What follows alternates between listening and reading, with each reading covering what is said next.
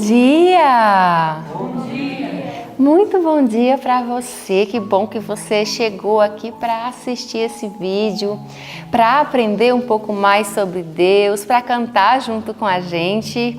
E a gente fica muito feliz. Bom dia, Aninha! Bom dia, Prof. Paula! Bom dia, escola! Bom dia! Bom dia para você que está em casa. É uma alegria muito grande ter você conosco mais esse dia, para nós louvarmos e adorarmos o nosso Deus neste culto. Amém! E agora nós vamos fazer algo muito importante. Nós vamos falar com Deus, pedir a Ele uma bênção especial sobre o nosso dia, sobre o nosso estudo, sobre os nossos louvores. Vamos orar, Aninha? Vamos orar? Vamos ajoelhar para falar com Jesus.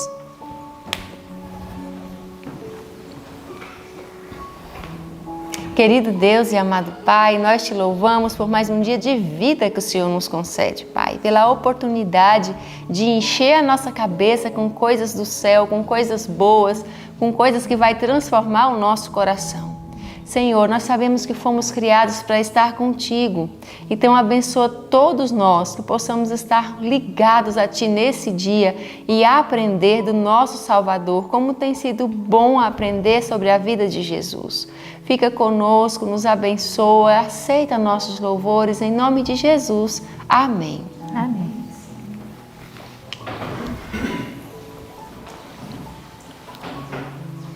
Quando a gente se dedica logo de manhã cedo a estudarmos a Palavra de Deus, o Espírito Santo fala conosco através da Bíblia.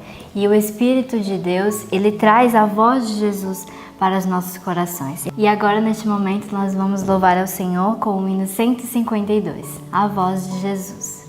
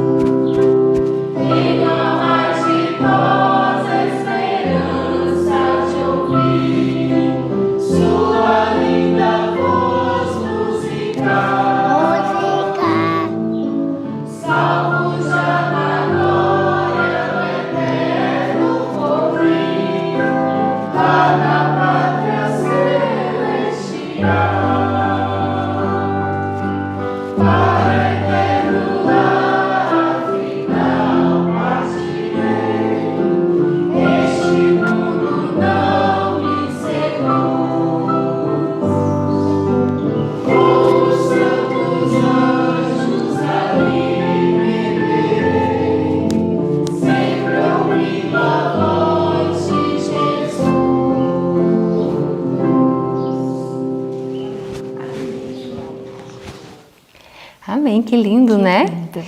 E agora nós vamos gravar um texto bíblico bem pequenininho. Você vai gravar assim, ó, rapidinho, que tem uma mensagem muito especial do Senhor para nós. E aonde que está esse texto, Ana? 1 Pedro 1:22. Vamos no 3 então? 1, 2, 3. 1 Pedro 1:22. Purificando as vossas almas no Espírito, na obediência à verdade, para o amor fraternal não fingido. Amai-vos ardentemente uns aos outros com um coração puro. 1 Pedro 1:22. 1 Pedro 1:22. Purificando as vossas almas pelo Espírito na obediência à verdade, para o amor fraternal não fingido. Amai-vos ardentemente uns aos outros com um coração puro. 1 Pedro 1:22. 1 Pedro 1:22. Purificando as vossas almas pelo Espírito na obediência à verdade, para o amor fraternal não fingido. Amai-vos ardentemente uns aos outros, com um coração puro. 1 Pedro 1:22. Amém. Que lindo, né, esse texto? Quando a gente ama, a gente é mais feliz, né? Sim. Pedimos a Deus para purificar o nosso coração. Que Jesus esteja com você. Agora você vai ficar com o estudo. Deus te abençoe e até a próxima. Olá, bom dia para você que está em casa, bom dia escola. Bom dia. Bom dia família, grande família de Deus, da Escola de Profetas e dos nossos irmãos que nos ouvem. Eu louvo ao Senhor pela boa vontade de vocês de estudar o ano bíblico. O ano bíblico tem sido diante do Senhor, diante de todo o céu, a saída que existe para seres humanos se aproximarem de Deus. Foi Deus que inventou esse método e todos nós deveríamos tornar em nossa vida isso um hábito, de procurar sempre, de buscar ao Senhor nas primeiras horas da manhã. Quem não encontra o Senhor nas primeiras horas da manhã, encontrará o inimigo durante as outras horas do dia. Deve ser a nossa primeira tarefa, o primeiro foco, buscar ao Senhor pela palavra, as explicações todas que o Senhor Deus nos dá e que tem dado ao seu povo. Chame seus filhos para isso. Seus filhos têm que ter na mente, marcado no coração deles, esta certeza absoluta de que são servos de Deus e que você, a sua família, buscam a Deus não só por necessidade, mas por amor também. Peça a Deus que lhe encha o coração de amor. No estudo de hoje que o Senhor Deus nos deu, que coisa mais séria, que coisa tremenda o que Deus tem para nos mostrar. Eu fiquei pensando que parte eu poderia falar e que parte deixaria para fora.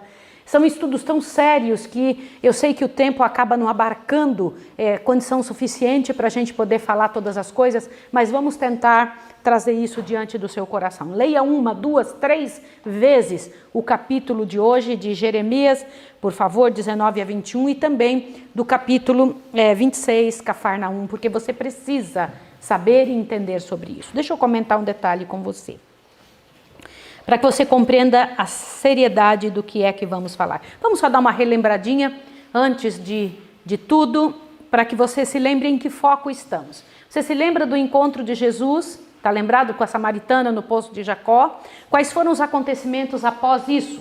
Se lembra do momento em que Jesus, então, pediu que ela... você sabe que com um tipo de atitude, abre bem o ouvido aqui, com um tipo de atitude, você está indicando para outra pessoa o que você espera dela. Você entenda o que eu estou tentando explicar para você. A sua atitude, ela força as pessoas a tomarem uma posição. As pessoas te tratam com aquilo que você oferece, que você oferta. Foi o que Jesus fez com a mulher samaritana. Ele teve uma atitude perante ela, uma linguagem que ela não teve outra saída. Correu para dentro da cidade e foi buscar as pessoas e contar para as pessoas o que é que Deus tinha feito com ela. Nós indicamos para as pessoas o que as pessoas têm que fazer com a atitude que tomamos. Nossa atitude é um testemunho. Nossa atitude são laços tremendos que puxa a pessoa. Nossa linguagem, ela decide e ajuda as pessoas a decidirem o que fazer, né? Vocês se lembram que então toda a cidade veio e se encontrou com o Salvador? Após isso, nós lembramos de João Batista. Que histórias que nós tivemos que ouvir sobre o nosso irmão João Batista, aquele que houve aquela dificuldade dentro da vida dos discípulos, lembra disso? Que eles brigaram sobre quem era o maior, puxa vida, teus discípulos, Jesus, estão batizando, e a linguagem tão bonita de João, e ao dizer e ao explicar para eles, importa que ele cresça e que eu diminua. Cada detalhe desses não são só experiências de só uma história contada. Isso tem que fazer parte da nossa vida, da nossa história, da nossa maneira de comunicação. Nós vimos também dali em diante o ponto central da mensagem, Jesus, o Senhor do sábado. Ele sabe o que pode e o que não pode ser feito no sábado. O sábado nunca foi excluído de qualquer mandamento e nem da vida de Jesus tampouco. Jesus veio para cumprir o que o Pai havia dito, né? Lembramos também a triste história da morte de João Batista e como alguém entra para a história de uma maneira tão vil, né? Salomé, vejamos que miséria, alguém sendo indicado e dirigido por outra pessoa para cumprir diante do universo e diante da história do planeta uma parte tão triste, tão miserável. Você tem que pensar muito bem sobre isso, se o que você vai deixar de herança para o mundo vai tornar o mundo melhor ou pior. Esta é uma menina lembrada para sempre como uma menininha sensual e que ela foi usada pelo mal, por Satanás, para cumprir um propósito de ódio, né? Hoje nós temos então algumas coisas interessantes para nós estudarmos, né? Nós temos alguns detalhes quando entra de novo esse filho do Régolo, o filho do homem oficial do rei. Tá? Então, novamente, quando Jesus encontra com esse homem, você se lembra, né, da situação que Jesus passou de cuidar? Nós estudamos sobre o tanque de Betesda também, os milagres tremendos, a bondade de Jesus ao cuidar, ao trabalhar diante das situações. Avante um pouquinho mais.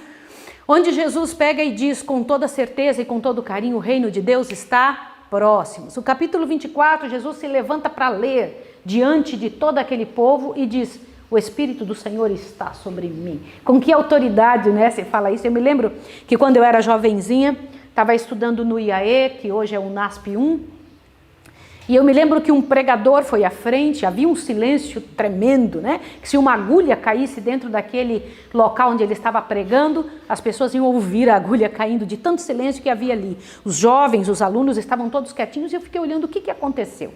Era a presença daquele homem tão cheio do poder de Deus, e ele no final disse uma frase, eu nunca mais me esqueci, eu não lembro o nome dele, mas eu me lembro do que ele falou, eu me lembro da pregação. No final ele disse assim: sejam imitadores de Cristo.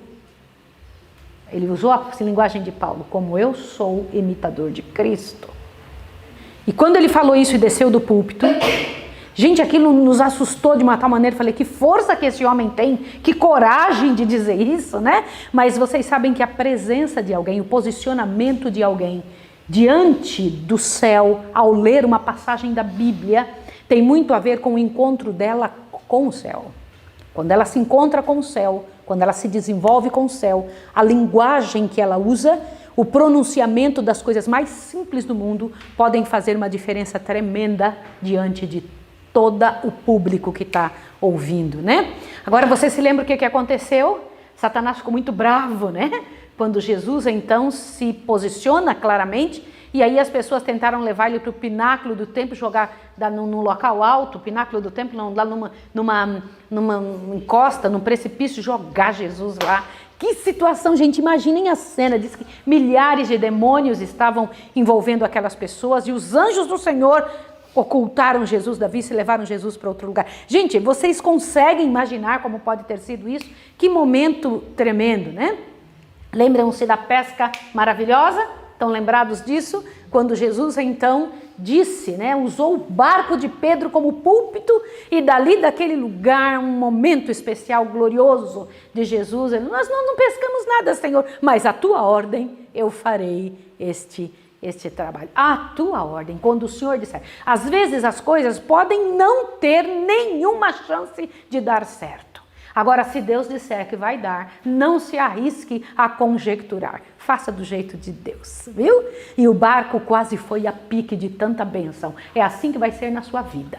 Pense sobre isso em nome de Jesus. Se você se arriscar a fazer do jeito de Deus. Irmãos, esse negócio de fazer do jeito de Deus, nós estamos vivendo dentro de uma sociedade que a gente diz, não, mas eu tenho o meu jeito, eu penso assim. Posso dizer uma coisa para você? Não perca mais tempo com isso. Todos que vieram antes de nós, que chegaram à compreensão da verdade, entenderam isso que eu estou tentando te dizer. Chega de fazer a sua vontade. O que deu até agora fazer a sua vontade? Qual bênção você teve por seguir a sua vontade? O que aconteceu com você? Você é vencedor por seguir a sua vontade? Me mostra um que conseguiu vencer fazendo sua vontade. Não existe. Será que isso não é suficiente para você ver e entender que acabou? E o mundo já provou que o mal não presta. Não tem mais nada que fazer aqui, né? E o Senhor Deus disse ali, segui-me, e eu farei de vós o quê? Pescadores de homens. Ele não disse, eu vou fazer vocês pescadores de homens, então me sigam. Não foi isso que ele disse. Ele disse, segui-me, e então farei de vós pescadores de homens. Então, o primeiro passo para conseguir ser pescador de homem tem que seguir o que o Senhor Deus pede. Isso é coisa muito séria, tá bom? Isso é um momento muito sério. E nós estamos hoje na linda cidade de Cafarnaum, né? Que era um espaço especial. Não passe ainda, viu, filho? Eu já vou te pedindo quando você passar. Era chamada até a cidade de Jesus, né? Quantas vezes ele estava ali. Às vezes a gente procura uma cidade para a gente morar. Por quê? Quais são as razões pelas quais você procura um espaço para você morar? Pelo seu próprio benefício. Essa cidade tem hospitais, essa cidade tem isso, tem aquilo. Eu me lembro de estar falando com uma pessoa na sexta-feira pela manhã, conversando com uma pessoa sobre o local onde ela iria se mudar, né? E quando ela estava falando, eu falei, mas por que lá? Por que a senhora quer esse lugar? Ela disse, porque ela tem 3 hospitais, porque ela tem, o Carrefour está perto, porque não sei o quê, e começou a falar. Eu fiquei pensando, quantas vezes eu fiz isso também? Procurar um local para minha alegria e para minha satisfação e para minha comodidade. Não era assim com Jesus. Por que aquela cidade foi chamada a cidade de Jesus?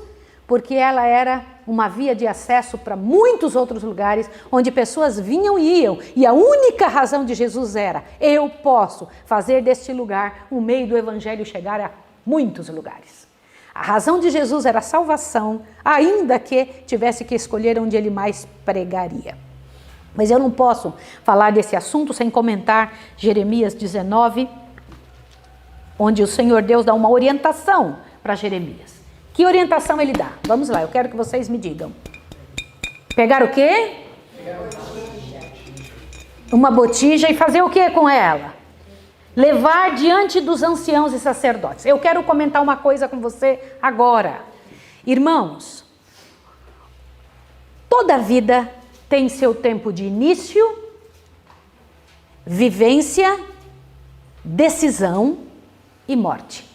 Vocês conseguiram entender o que eu acabei de falar? Início, vivência, decisão e morte. Do que eu estou dizendo? As pessoas nascem, elas aprendem a viver, bom ou mal, mas aprendem. Depois elas decidem o que elas querem fazer. E daí pode ser morte para a vida,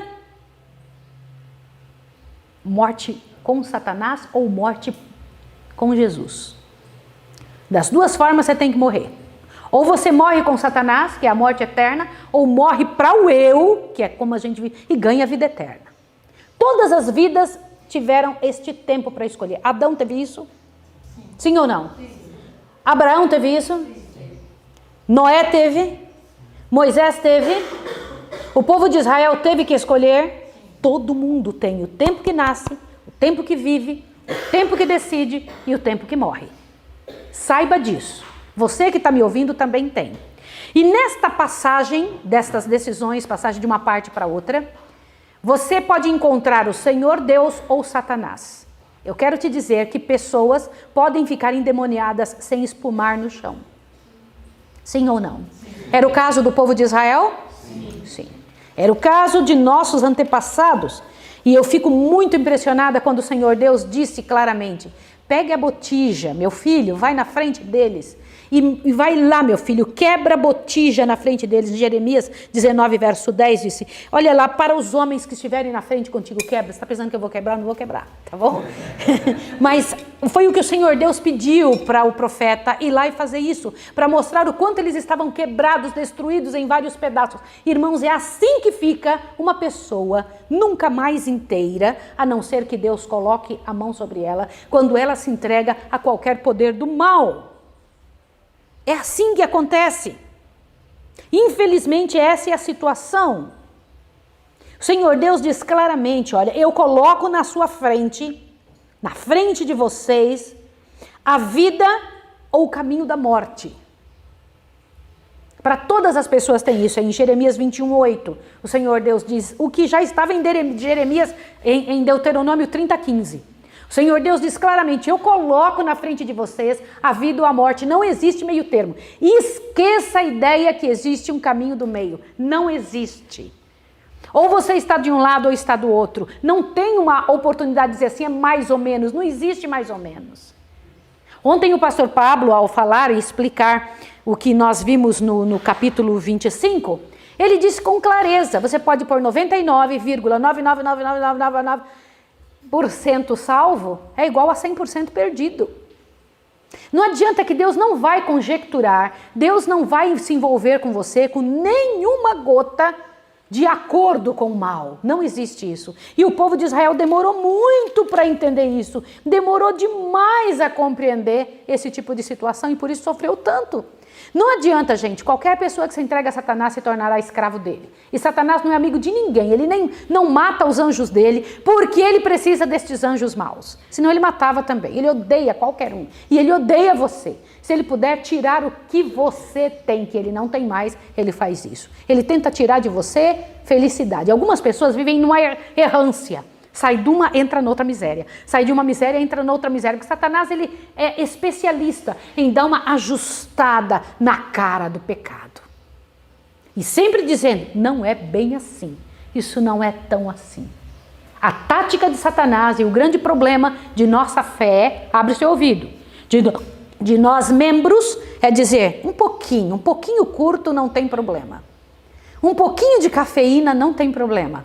Um pouquinho só desse negócio, só uns diazinhos, é só um pouquinho sensual, é só um pouquinho. Esse pouquinho nosso não sabe para onde que leva. É o que nós temos que entender agora, que pela graça e poder de Deus, o Senhor Deus nos dê cabeça para compreender o que Deus estava querendo dizer para o povo de Israel no livro de Jeremias. Sempre, todas as épocas, Jesus disse a mesma coisa. Deus está dizendo a mesma coisa agora para nós também. Tome cuidado para você não ser engolido, para ninguém tomar a sua coroa. Cuidado, porque antes de tomar a sua coroa, Satanás te escraviza e você vive uma vida de miséria tremenda antes da morte. O resultado certo do pecado não é só morte, é miséria e morte. Essa é a realidade. Não existe. Qualquer coisa que está errada, o resultado certo o que vai realmente acontecer é morrer. Lá estava Jesus, na grande metrópole, né? Aquela cidade de Cafarnaum, que ficava na praia do mar da Galileia, próximo às bordas da bela planície de Genezaré.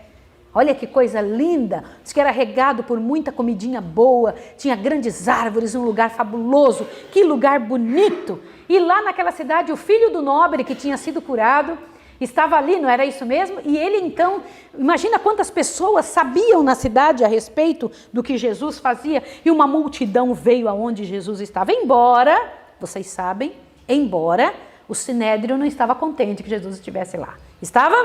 Nem um pouco.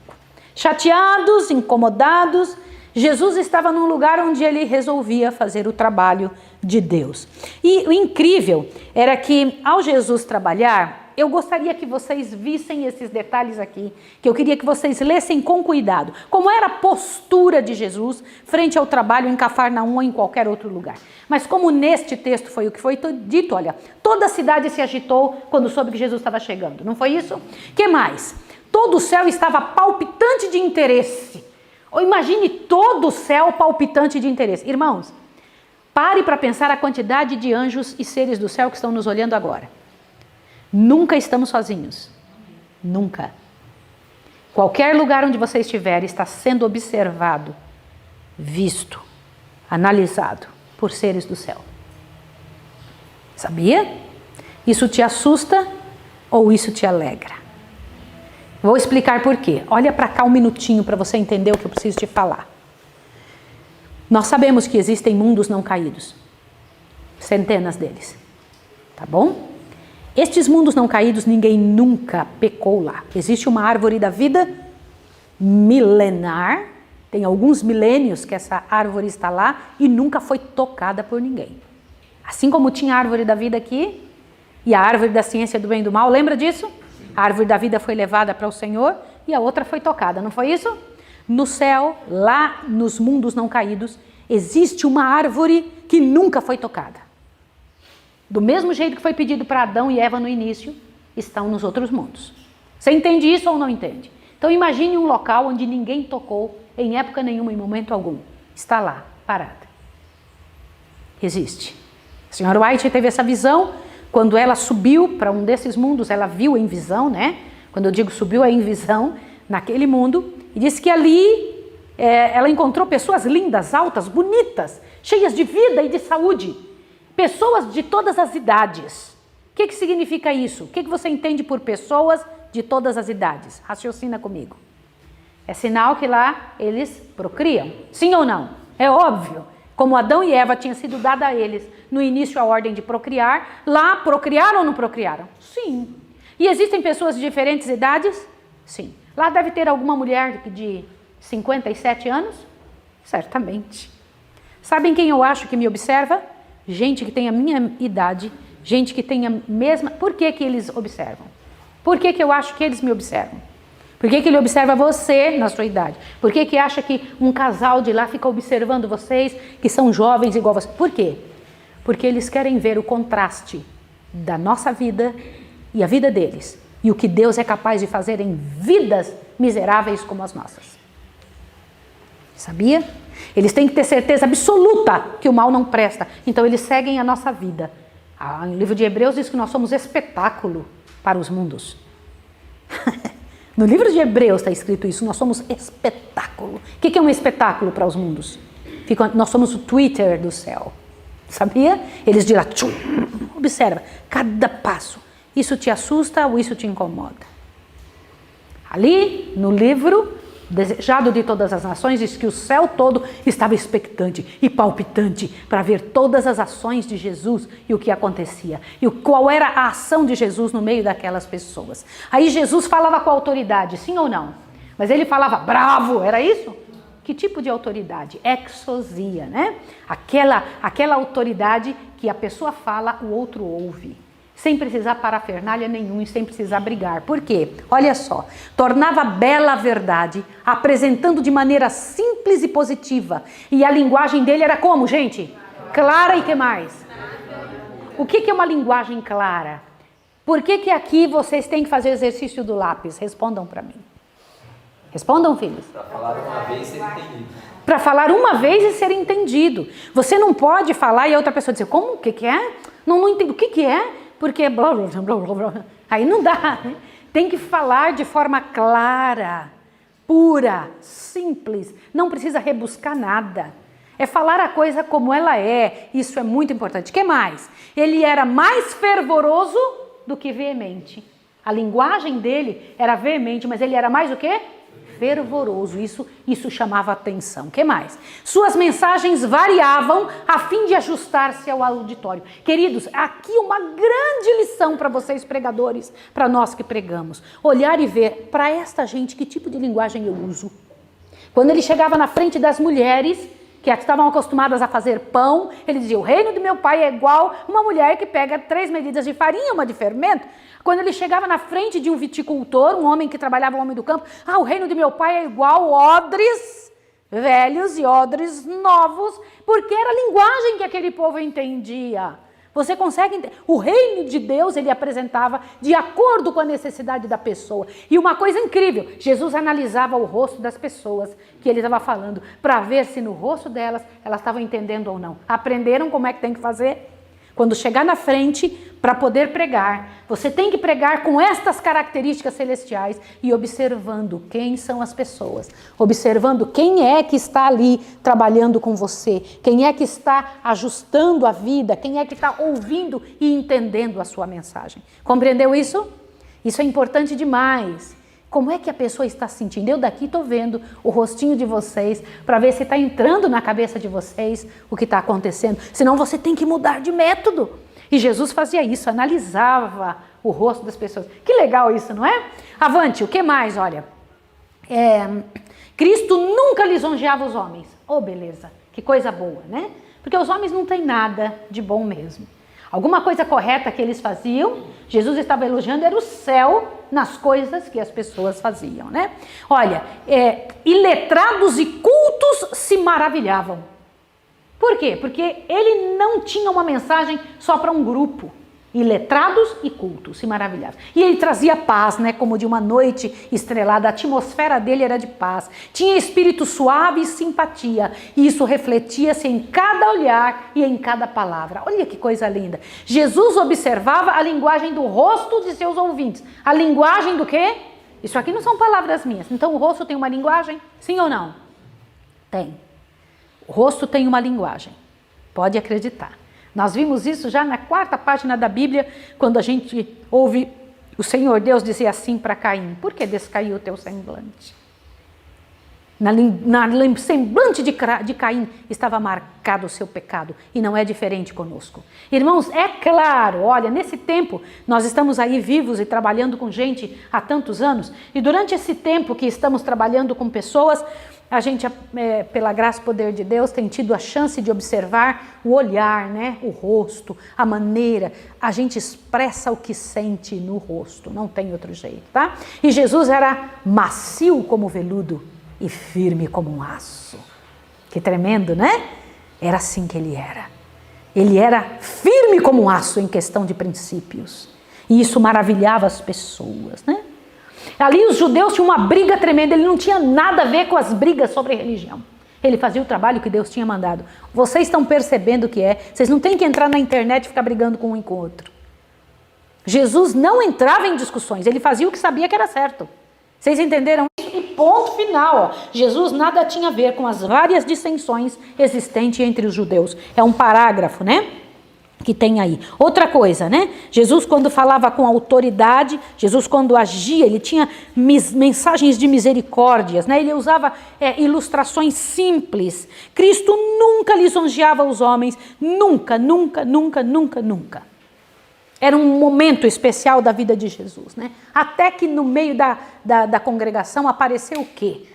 No onde ele estava pregando, né? Ele foi na casa de Pedro, curou a sogra dele, não foi isso? Olha lá que imagem bonita, né? De Jesus curando a sogra de Pedro. Mas uma outra coisa aconteceu. Milhares de pessoas vinham de todo lugar para Cafarnaum, para serem atendidos de todo tipo, de toda forma. Mas o que mais chamou a atenção nesse capítulo não eram todos aqueles, todas aquelas curas. Foi uma cura especial de uma pessoa.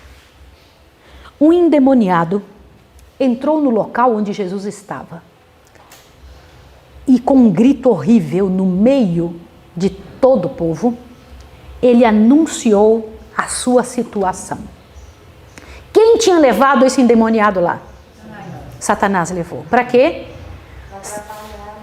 Para atrapalhar o trabalho de Jesus e tentar tirar a atenção do trabalho de Jesus. E principalmente por uma coisa, abre bem seu ouvido. Gente, quando eu paro para pensar nisso, eu fico, meu Deus do céu, que miséria isso, que miséria.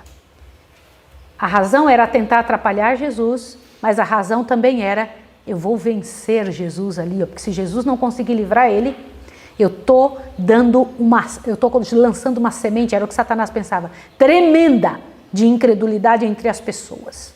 Ele estava com toda a força naquele demônio, sim ou não? Mas como foi que aquele corpo tinha se tornado endemoniado? Respondam, queridos, vocês têm que pensar. Isso é muito sério.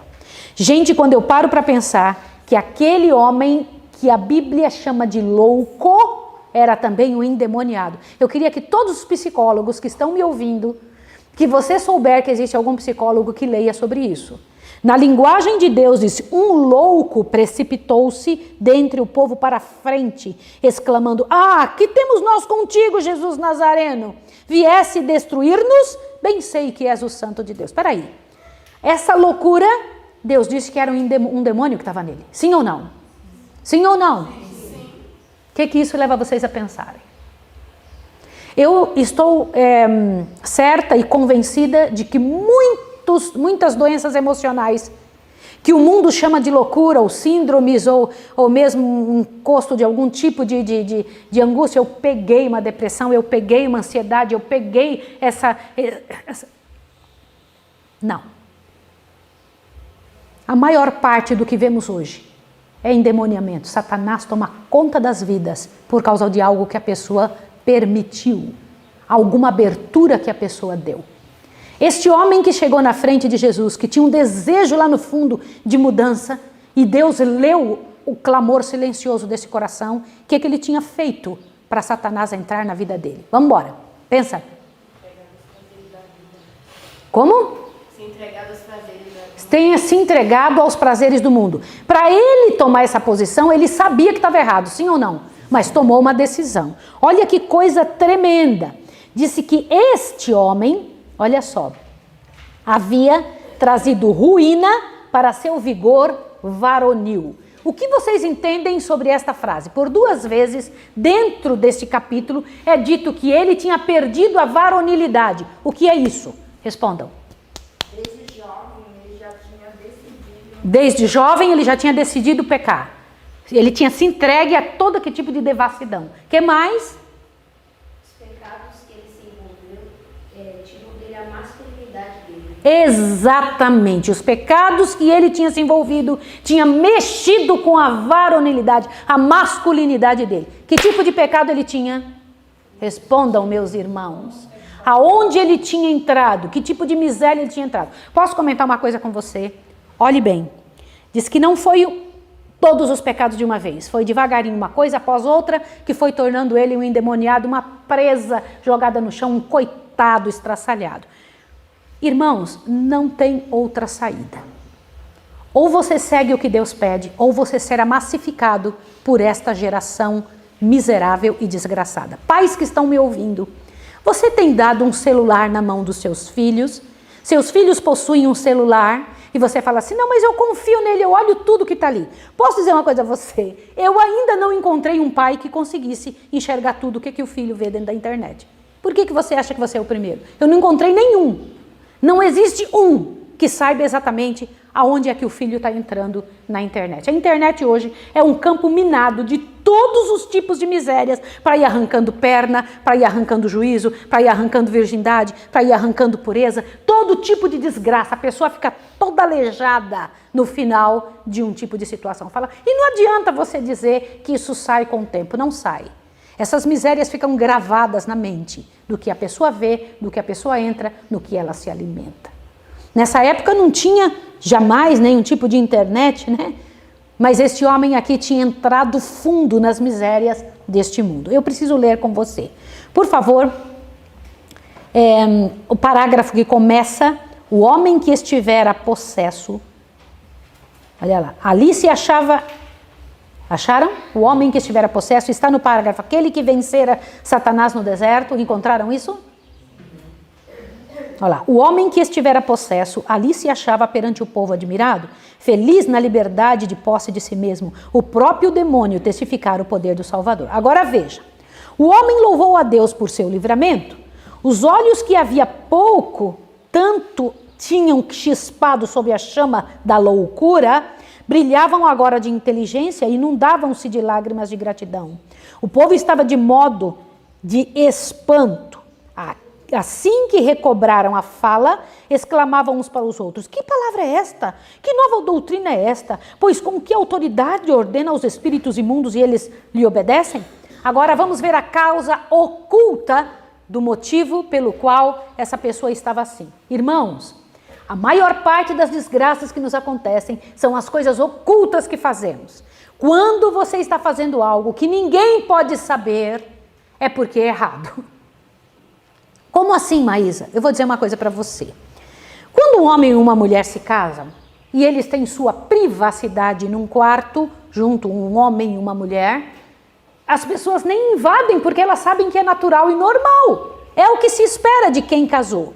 Agora, quando você tem que fazer alguma coisa que é escondido, que ninguém pode saber, que é só você e a outra pessoa, e que se souberem, você sabe que vai dar problema, você já sabe de onde vem, qual é a raiz, de onde é que está vindo essa nova maneira de viver que você está escolhendo.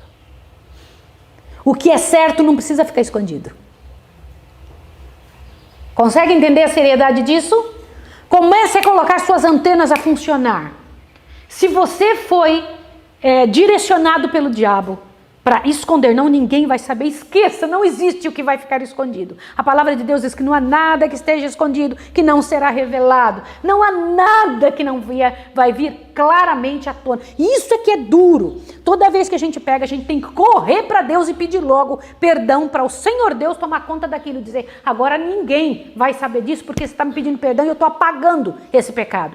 Mas quando a pessoa não faz isso, Satanás fala, eu vou te dar bastante corda para depois jogar toda essa sujeira para todo mundo saber, para as pessoas, porque esse é o desejo dele, estraçalhar a vida das pessoas.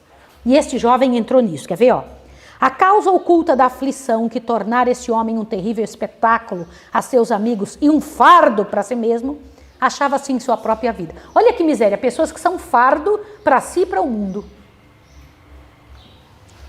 Fora fascinado pelos prazeres do pecado e pensara fazer da própria vida um grande carnaval.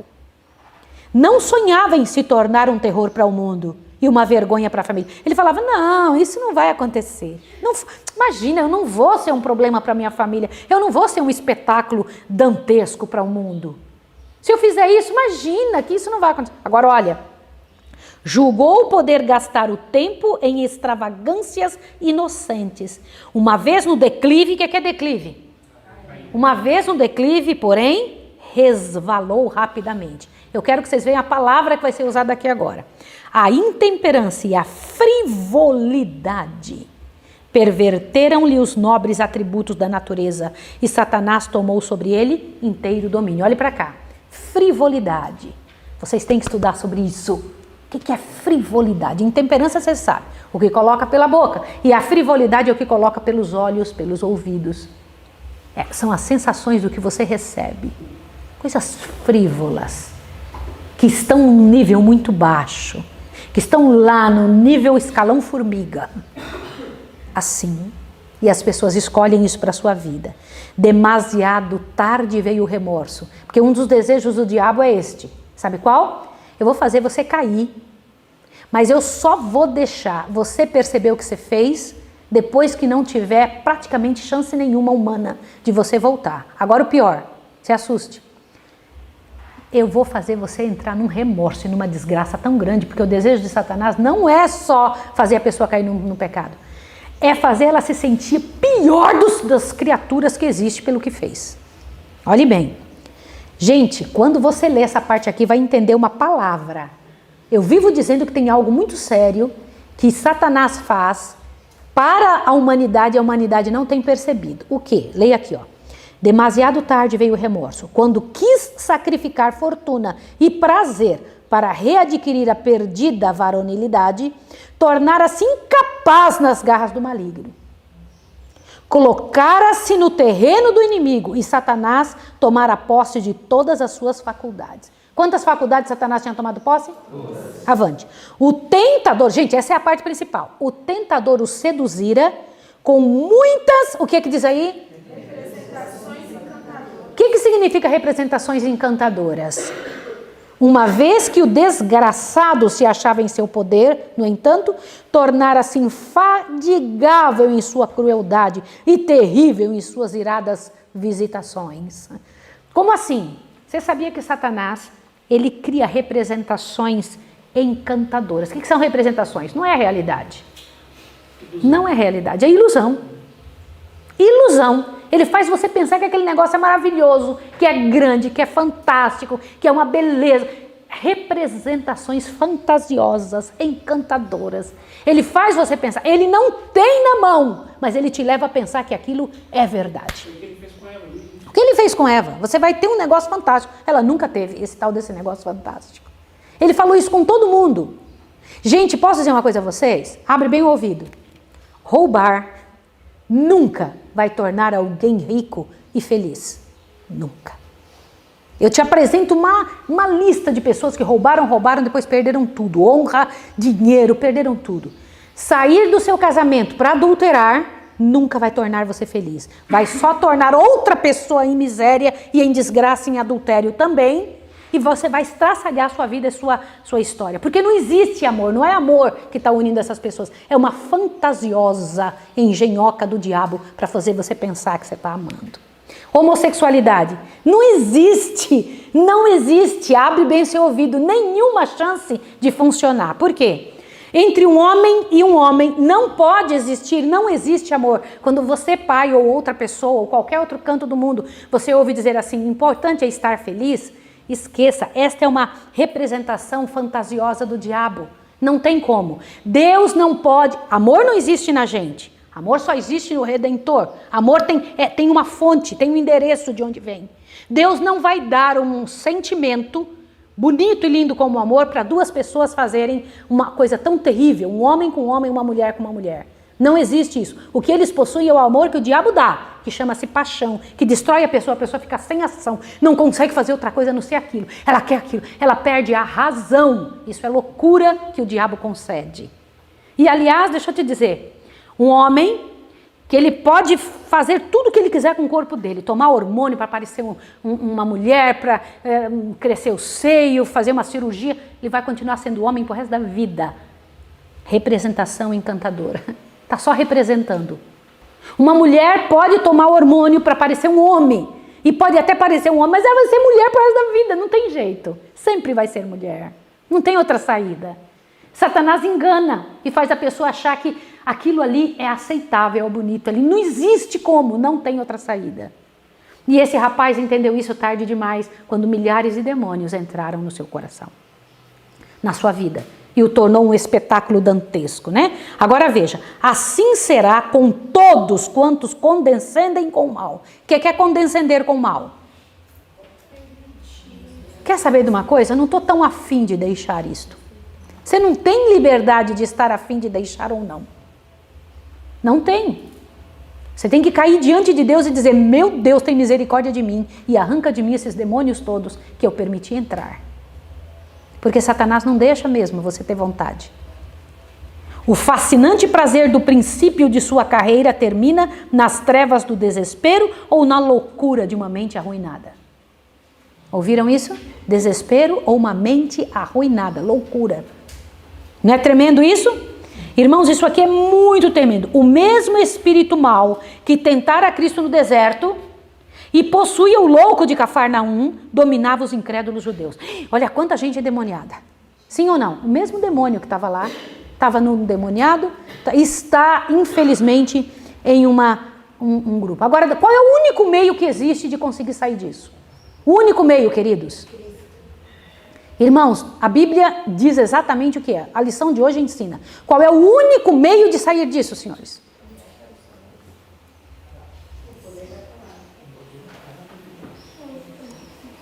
O poder da palavra, Joana. Quando você vê uma pessoa que está em miséria, envolva ela na palavra de Deus e na Bíblia, para você ver se esse demônio não vai embora. Vocês leram isso, sim ou não? Leram ou não leram? Está escrito isso. Esse é o único jeito. Quando fala ao único meio pelo qual se podiam opor aos maus espíritos, o único meio. Isso está escrito na lição de hoje. A Bíblia, enfia a Bíblia na cabeça da pessoa e a pessoa ter tempo para buscar, para lutar, para correr atrás, para você ver o que acontece. Não tem como. E aliás, não vai vencer se não procurar a Bíblia. Não vai vencer. Não vai, porque é um poder dominante, que domina a vontade da pessoa, domina a cabeça. A pessoa fica louca. Presta atenção, nos dias de Cristo, os guias e mestres de Israel eram impotentes para resistir a Satanás. Gente, que terrível! Seres humanos impotentes para resistir a Satanás, por quê? Negligenciavam o único meio pelo qual se podia opor aos maus espíritos. Foi pela palavra de Deus que Cristo venceu o maligno.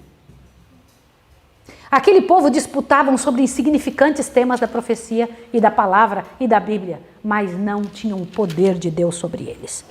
Como é que se vence o maligno, irmãos queridos? Como é que se vence? Eu queria que vocês procurassem aqui, ó, os que se desviam dos claros ensinos da Escritura. Achem isso, por favor. Está no parágrafo, a história está se repetindo. Achem esse pedacinho, a história está se repetindo. Acharam? Olha lá, no final, ali no meio mais ou menos, antes de a crítica e as especulações, acharam? Olha o pedacinho que eu quero que vocês leiam. Os que se desviam dos claros ensinos da Escritura e do poder convincente do Espírito Santo estão convidando o domínio de demônios. O domínio de demônios. Vocês entendem isso? Quando você sabe que uma coisa está certa, você fala assim, não, mas eu vou fazer isso porque eu quero. Naquela área de sua vida, Satanás vai se envolver e vai destruir você. Do quê? Você sabe que não pode comer tal coisa, e você fala, eu vou comer. Satanás fala, ótimo, então agora eu vou te fazer doente nessa área da sua vida, para você ver que miséria que você está fazendo. Agora você vai ver qual é o resultado de ter me dado ouvido. Se o teu problema é na área sexual, ele estraga a sua área sexual para o resto da vida. Se o teu problema é na área de honestidade, para o resto da vida ele vai estragar a sua área de honestidade, fazendo sabe o quê? Abre o ouvido aqui. Satanás não só estraga você, mas faz com que você também sofra essa miséria. Por exemplo, um homem que trai a sua mulher, um dia a mulher que ele escolheu também vai trair ela. Porque ele estraga essa parte na vida. Se você é desonesto com alguém, vai lá e rouba alguém, com certeza alguém vai roubar você também. Porque você está dando chance para o diabo para isso acontecer. Vocês sabem qual que é a coisa mais dura? Abre todo mundo o ouvido bem grande agora. Não é você sozinho passar por estas misérias e sofrer as consequências de suas escolhas. É a sua prole passar pelo mesmo. Como assim? É isso mesmo. Quando você faz uma coisa, você está dando chance para acontecer com seus filhos. Que o diabo vai e pega a tua família. Aqueles que são... às vezes você sai de um pecado por anos, né? Não tem mais envolvimento com aquilo. Mas o seu filho se torna uma miséria e comete o mesmo pecado que você cometeu há anos atrás. Você não pense que um pecado não é semeadura. Pecado é semeadura. Se você aceita um pecado na sua vida, a tua prole vai aceitar também.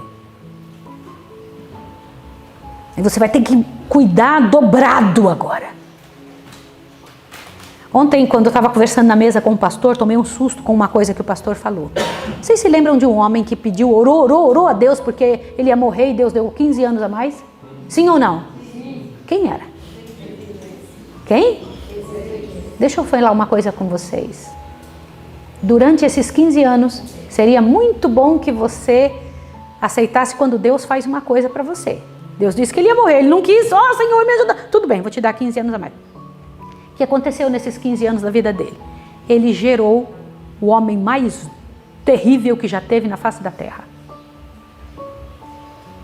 Qual foi o homem pior que já teve na face da terra, que maior mal trouxe ao povo de Israel? Manassés.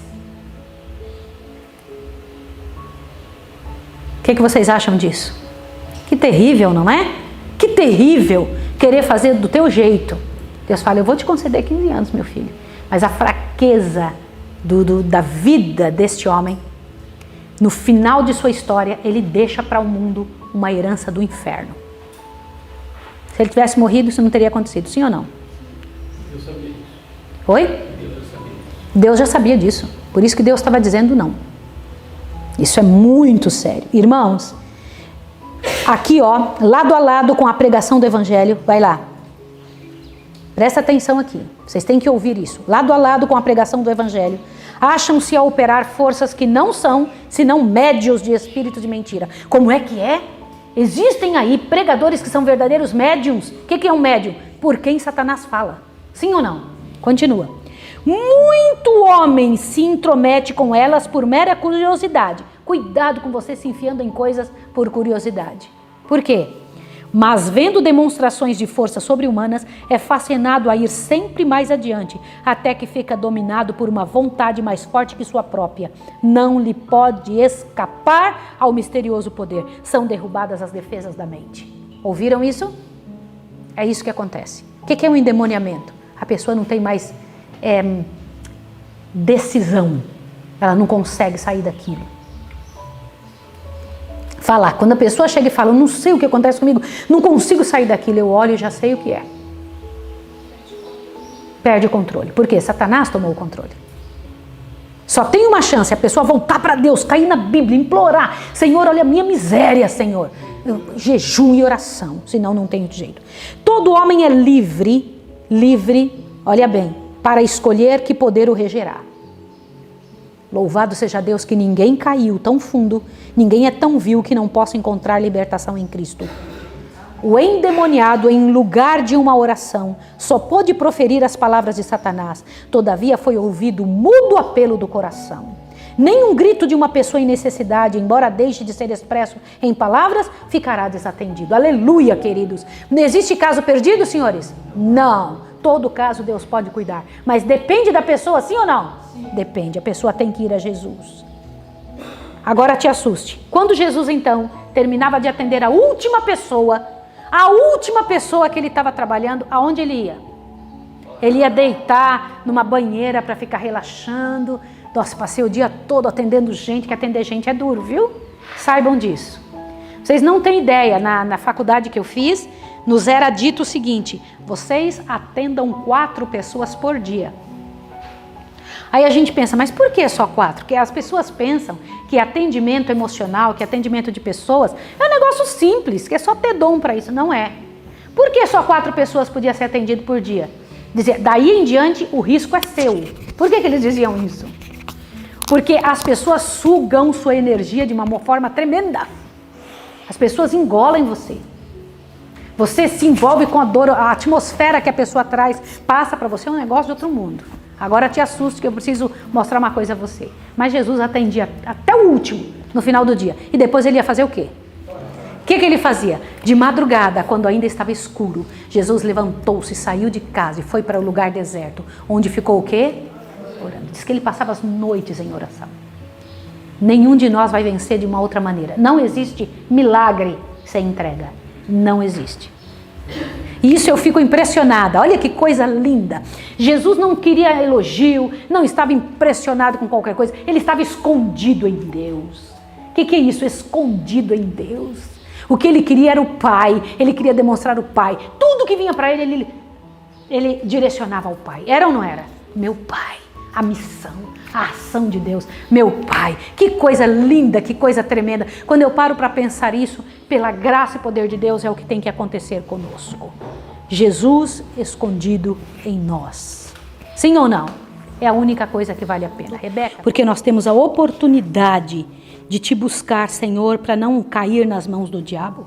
Senhor, afasta Satanás de nós. Dá-nos, Pai de amor, conversão de verdade. Que nós venhamos a nos moldar à sua vontade, ao que o Senhor quer.